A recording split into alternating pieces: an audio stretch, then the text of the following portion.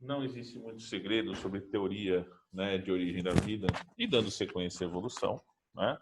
Mas eu gosto de usar um conceito interessante aqui, que é para a gente definir, de fato, e ainda mais no mundo atual, que tem me preocupado muito, sobre essas questões de o que é teoria, o que é uma hipótese, o que é uma teoria e o que é uma lei.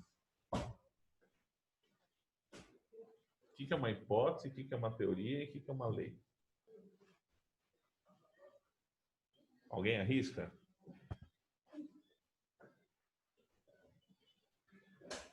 Porque o pessoal acha que teoria é só uma teoria, não tem comprovação científica, né? Então a hipótese, né, conceitualmente falando, a gente pegar lá a sociologia, essa filosofia e tudo mais, a hipótese é uma explicação que se dá a um fenômeno observado, tá? Ó, um monte de coisa é hipótese. Ela dá uma explicação para um fenômeno observado. Quando eu coloco essa hipótese à prova e ela funciona, ela passa a ser uma teoria. Então, teoria é alguma coisa que não foi provada cientificamente? Não. O que pode não ter sido provado cientificamente é uma hipótese. Mas uma teoria, ela já foi provada, ela funciona.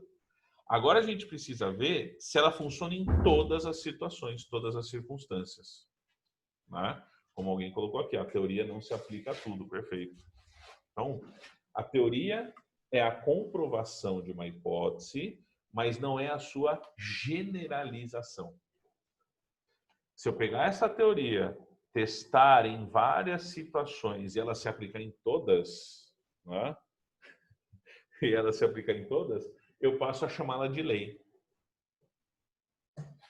Sacou? Então, teoria, muitas vezes, hoje o pessoal fala na televisão, muitas pessoas põem pelo Twitter, que teoria é algo que não foi provado. Pelo contrário, é algo que já teve uma comprovação. Talvez não tenha tido a sua generalização. Tá? Qual a diferença de teoria para teorema? Teoria seria uma explicação. Um teorema seriam várias explicações que que sinergia, tem essa sinergia para uma teoria. Então, um teorema, eu posso ter um teorema. Eu tenho várias teorias que em conjunto explicam a hipótese, né? Confirmam a hipótese. Tá? Agora, a diferença de teoria e lei é a generalização. É isso que vocês têm que tomar cuidado. Então, existe, por exemplo, a teoria criacionista, né? Que é a questão da ideia de divindade. Tem o fixismo, o design inteligente, que não deixam de ter teorias. Não deixam de ser teorias, mas não generalizações. Né? Então, essas teorias, a criacionista, a fixista e a do DI, design inteligente, ela diz, no final das contas, que a vida é imutável, é estável, portanto, não existe processo evolutivo, e que, de alguma forma, ela foi criada do jeito que ela é hoje. Né? Por isso, remetem à ideia de um criador, né? No caso da criacionista, a teoria religiosa. Né?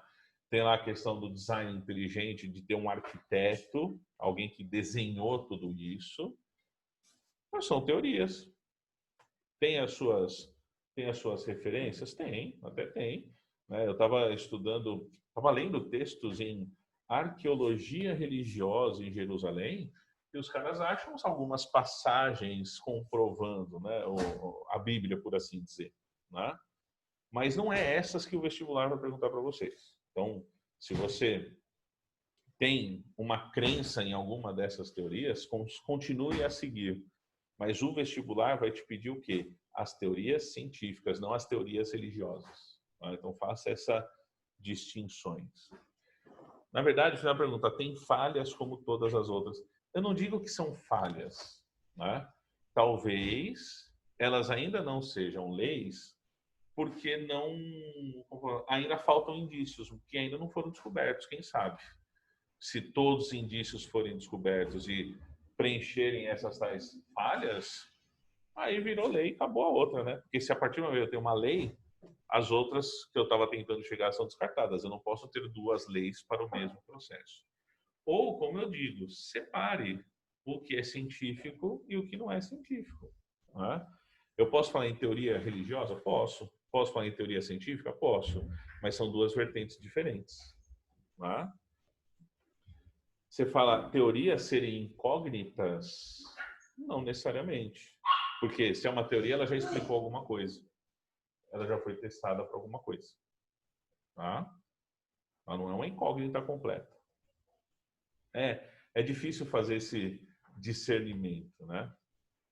O terraplanismo não chega nem a ser teoria porque ela não teve, tipo, já se tem a lei, a comprovação científica de que ele não existe. Né? É loucura mesmo. Eu falo assim, ó, o terraplanismo é a não crença no cientificismo. É doideira, não dá. É igual o movimento antivacina, né? As coisas que vocês discutem, por exemplo, nas aulas lá com o Marino, né?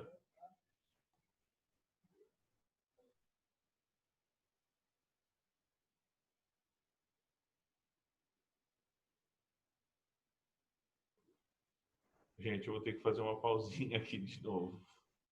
Espera um pouquinho. Então, né, a gente estava discutindo aí, tem terraplanismo, movimento antivacina, eles simplesmente negam as hipóteses científicas, né? E, por sua vez, as teorias, porque se você nega a hipótese, você está negando a explicação, né? Agora, é engraçado como isso ganha território, né? É engraçado como isso ganha território. Tem uma reportagem na BBC, na BBC de ontem, né? De ontem saiu uma reportagem mostrando que existem pessoas que financiam essas teorias, a divulgação dessas fake news, dessas duas em específico que eu estava citando, e ganham dinheiro com isso. Então você vê que o negócio é mais profundo ainda, não é simplesmente uma negação da ciência, tem alguém lucrando com isso em cima de outros. Né, em cima de outros. Eu lembro, por exemplo, que assim que nós fomos, né, todos fomos afastados, né, do convívio social e cada um para sua casa, eu estava fazendo compras para minha mãe e levando na casa dela. Aí um belo dia ela me passou a lista do que ela precisava, aí eu saía um dia a cada 15 dias, né, e fiz compra para minha casa, para minha mãe e para minha sogra. E aí eu peguei e fui deixar na casa de cada um. Quando eu cheguei na casa da minha mãe e fui deixar, ela começou a falar as fakes sobre, né, o coronavírus e tudo bem. Eu falei, ó, o negócio é o seguinte, se você continuar falando desse jeito, você não me chama nem para fazer compra para você.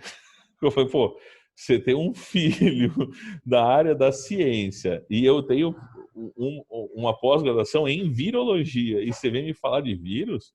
Falei, você esqueceu o quanto eu trabalhava com isso e jura que vai fazer esse tipo de argumentação comigo? Eu te deserdo como mãe, falei para ela, né?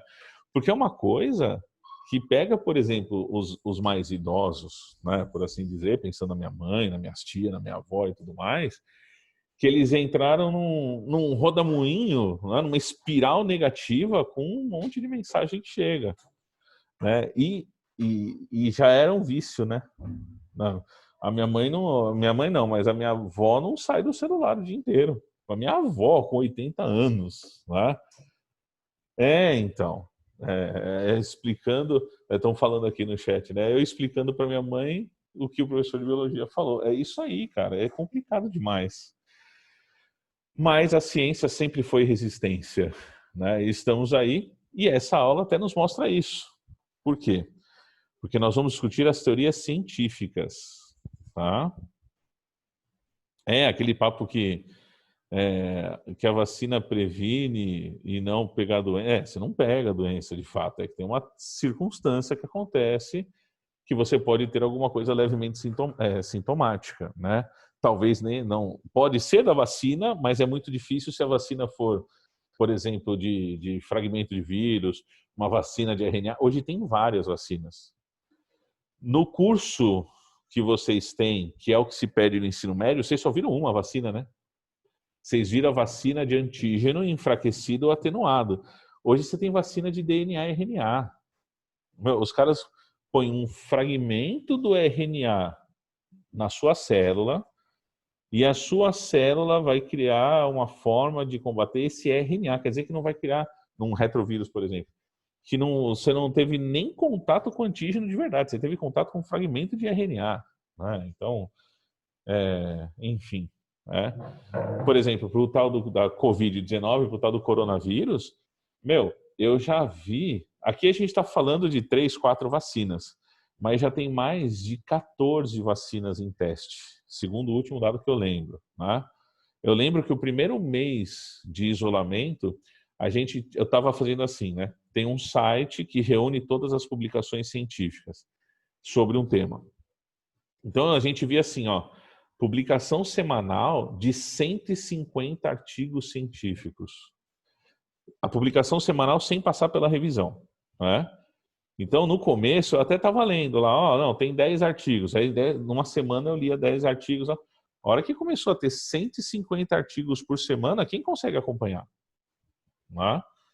E aí, lógico, esses artigos passam por revisão, alguns são descaracterizados, outros continuam, enfim. Né? Você tem um filtro, mas que a velocidade de produção está muito grande. Né? E ainda está. Né? Eu estava lendo uma outra reportagem falando que depois eu passo o site, que essa segunda onda que está acontecendo na Europa, que fez inclusive a França decretar um lockdown de novo, você só sai na rua se tiver a cartinha que você imprimiu do governo, como era no começo, né? Tá de novo assim. Já é de uma cepa diferente do vírus. Né? Já é de uma cepa diferente do vírus. Quando eu acho que sai a vacina, eu acho que ela sai rápida, né?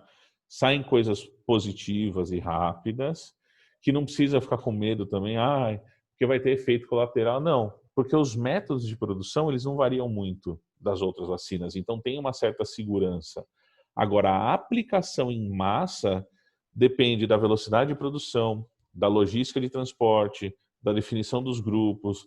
Então, assim, você fala assim, vai ser uma vacina para a população inteira.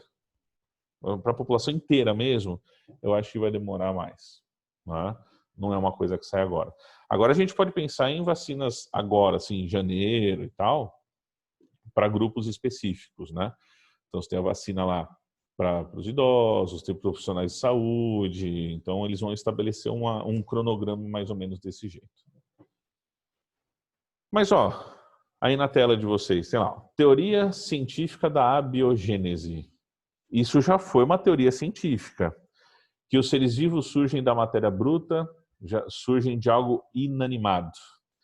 Então, por exemplo, que vermes, cobras, rãs, a comunidade de um rio, de um lago, nasce do lodo desse lago. Né?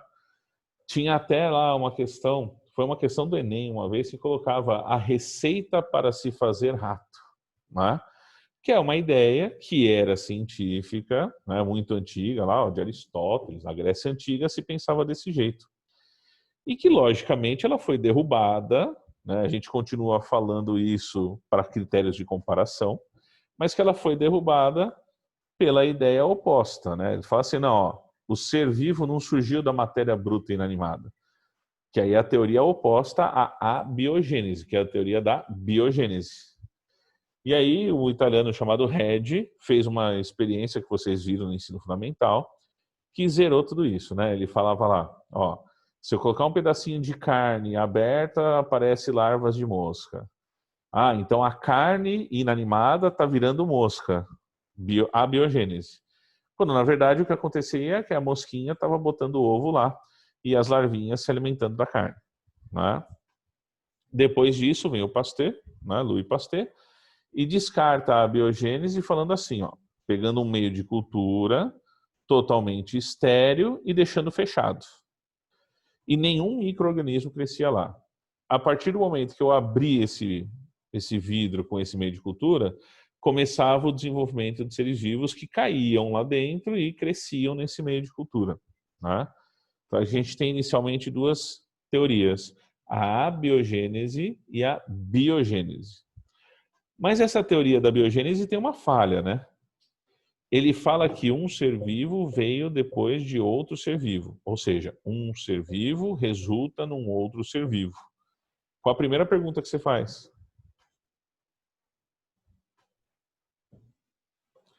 Se eu falo que um ser vivo vem depois do outro, de onde veio o primeiro? Então eu não expliquei a origem da vida. Eu posso pensar assim, eu expliquei a origem da vida a partir de agora. Né? E indo para uma viagem completa, tem a teoria da panspermia. Olha o termo de novo, né? Panímio, pan veio grande, veio de fora. Que diz que a vida no planeta Terra se originou de forma extraterrestre. Vocês já ouviram essa? É até enredo de filme. Mas que é uma teoria. Não é? Então, a partir do momento que eu acho... É que assim, talvez é uma teoria, mas ela é pouco crível, né? Ó, eu fico imaginando, tô imaginando um meteoro, um meteorito, né? Trazendo um ser vivo, isso, de outro lugar. Aí vem aquele negócio do vácuo do espaço, certo? Do vácuo do espaço, temperatura, radiação, ausência de oxigênio e tudo mais.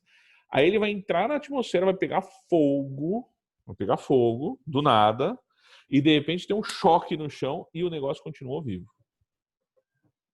É uma brisa, mas não é uma impossibilidade, né?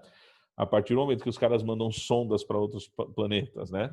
Manda sonda para meteoro, pode ser. Quem falou que não pode ser? Mas não é uma lei, porque não é generalizado, né? Ah, eu achei, caiu, fez a sonda lá no meteoro que a NASA mandou, coletou amostras, voltou e me trouxe uma bactéria, e eu acho o gene dessa bactéria aqui no nosso planeta. Putz, então a vida daqui pode ter vindo de fora. Eu tenho mais uma evidência, mais uma parte da teoria a se acrescentar. Mas é um talvez, ainda não aconteceu. Né? Então, assim, é uma ideia, mas que de qualquer forma não explica a origem da vida inicial, porque de onde veio esse ser vivo de outro planeta? Mas pode originar, ou pode explicar a origem da vida aqui na Terra, né? Enfim, aquela que você vai pôr no vestibular é aquela que a gente tem testes na química, que a Simone já deve ter discutido com vocês, que é a teoria da evolução molecular, tá? A sopa primordial, já ouviu falar? Simoninha já comentou com vocês? O tal do CHUM, né?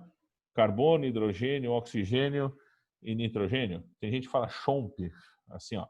Carbono, hidrogênio, oxigênio, nitrogênio e fósforo, que são os 5 elementos químicos essenciais a todos os seres vivos. Né? E aí a gente tem os testes, né, de Oparin e os testes de Miller, né, nos anos 20, nos anos 50, tentando reproduzir a atmosfera primitiva do planeta. Então, o que ele fazia? Eles tentaram deduzir, qual seria a fonte de hidrogênio? Não, o gás hidrogênio. Legal. Você tem lá formação de água. Você tinha lá metano, né? Você tinha amônia. Então, esse seria, tirando o fósforo aqui, porque fósforo é inorgânico, pode ter no chão. Tá? Então, você tem moléculas, né, como metano, amônia, hidrogênio na forma de água, que se organizaram em elementos químicos mais complexos. Por isso que a gente chama de evolução molecular. E aí eles fizeram vários experimentos, né, os balões de Miller, colocando diferentes concentrações dessas substâncias e seguindo energia que se estimava ter na Terra. Né? Então, energia elétrica, energia térmica, radiação. E aí o que eles conseguiram em laboratório? Eles conseguiram encontrar formação de adenina, formação de glicose e formação de aminoácidos. Eles conseguiram moléculas orgânicas complexas a partir de moléculas mais simples. E aí você sabe, aminoácido, proteína, glicose, energia, adenina, DNA. Então, um pedacinho dessa ideia foi provado, seria lei. O que eles não acharam de fato foi um ser vivo propriamente dito, para falar que foi assim que aconteceu e isso seja inegável. Né? Agora, tem uma questão que você sabe que o planeta teve de sobra para fazer, mas que na experiência a gente nunca vai conseguir fazer. Qual que é?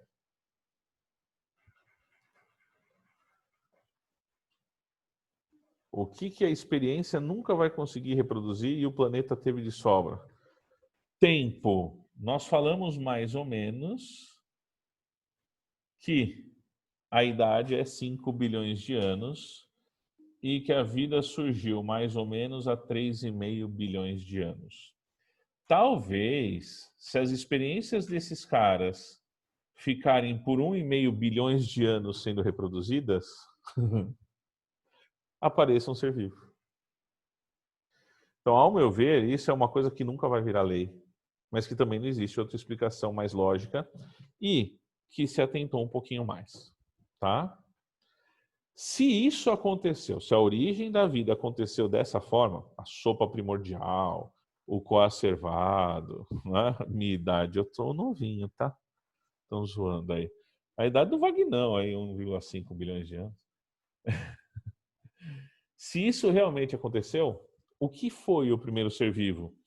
Entre procarionte e eucarionte, inegavelmente, só podem ser os procariontes, certo? Que é mais simples, uma membrana só, né? Se discute que era alguma coisa antes de procarionte, era mais simples ainda, mas a gente usa o que a gente sabe, né? Então foram os procariontes. E aí, os processos energéticos. Não se esqueça que na atmosfera não existe gás carbônico e na atmosfera não existe oxigênio. Segundo essa teoria, não tinha gás carbônico nem oxigênio. Então, qual o único mecanismo energético que poderia ter surgido nesse momento? Aqui, ó. O processo de fermentação. Tinha glicose? Tinha. E eles extraíam energia da glicose. E a fermentação, essa respiração anaeróbica, ela libera o quê? CO2 para a atmosfera. Então a atmosfera passou a apresentar CO2. Tudo bem? Estou indo muito rápido? A partir do momento que a atmosfera tem CO2, qual reação que você conhece que usa CO2? Fotossíntese. Então primeiro apareceram os anaeróbicos, os caras que faziam fermentação, bactérias fermentadoras. Depois apareceram as bactérias que faziam fotossíntese, liberando na atmosfera um novo gás, que também não existia, que era o oxigênio. Então, ó, adotando-se que na atmosfera primitiva não tinha nem gás carbônico nem oxigênio, a fermentação libera CO2 e a fotossíntese o oxigênio. Pronto. Uma vez que eu tenho gás carbônico e oxigênio, pode aparecer a tal da respiração aeróbica, que a maior parte dos seres vivos faz. Tá? Então a gente consegue, pela teoria da evolução molecular, definir até quais seriam esses seres vivos que apareceram, qual seria o metabolismo de cada um deles. Beleza? Então, teoria científica mais aceita, aquela que você vai colocar no vestibular, evolução molecular. Moléculas simples, com o tempo e energia, se tornaram moléculas complexas. Foi testado e parcialmente atingido. Se um ser vivo apareceu, qual era? Procarionte, que era o mais simples. Primeiro a fermentação, que forneceu CO2 para a atmosfera.